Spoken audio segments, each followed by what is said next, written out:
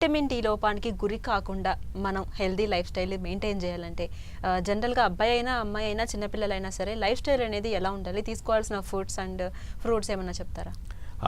దీంట్లో మనం తీసుకోవాల్సినవి ఏంటంటే అండి, ఒకటి adequate diet, vitamin D rich foods అంటారు. అంటే వైటమిన్ డి అధిక శాతం ఉన్న ఫుడ్స్ తీసుకోవాలండి. ఒకటి పాలు, గుడ్డు, అలాగే యోగట్, పెరుగు లాంటి కొంచెం స్వీట్నెస్ ఉంటుంది, యోగట్ అంటారు, యోగట్. అలాగే కొన్ని మెడిసిన్స్ తీసుకుంటున్నప్పుడు వైటమిన్ డి లెవెల్ తగ్గుతుందండి.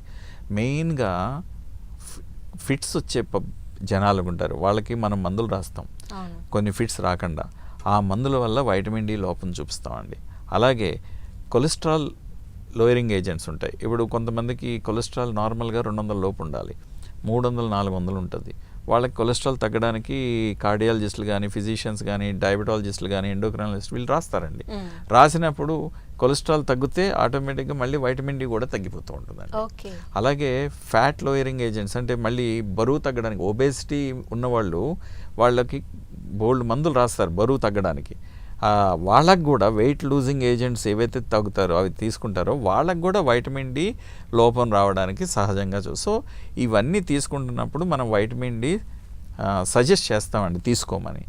ఈ డైట్తో పాటు సన్లైట్ సోర్స్ ఏదైతే మీకు చెప్పానో 10 to 4 మధ్యలో అట్లీస్ట్ ఒక 10 to 20 minutes ఉంచోమని, అలాగే ఎక్స్పోజర్ ఉండమని, మంచి డైట్ రిచ్ ఫుడ్స్ తీసుకోమని చేస్తాము.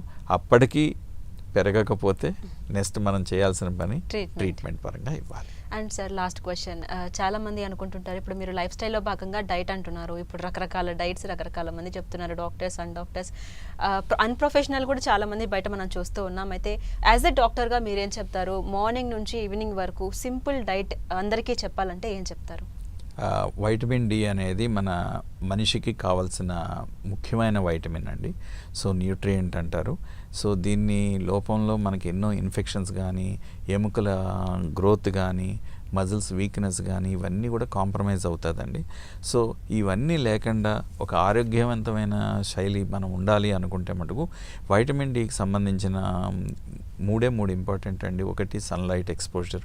మనం ఎండలో ఉంటే చెమటలు పడతాయి, ట్యాన్ అయిపోతాం అనుకుంటారు.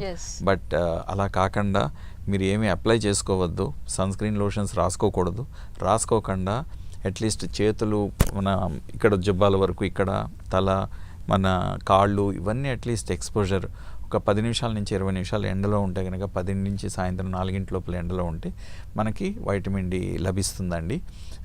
ఇది free and natural vitamin D అండి, which is available by the god creation.